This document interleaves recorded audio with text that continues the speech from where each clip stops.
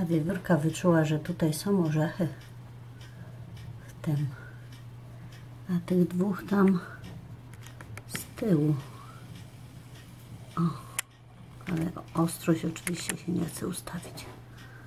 Boże, jak ja hejtam kamera.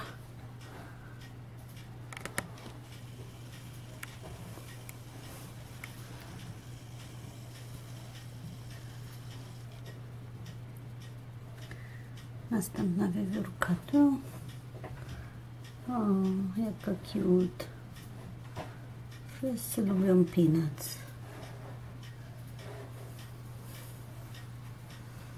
A tamci są tam z tyłu.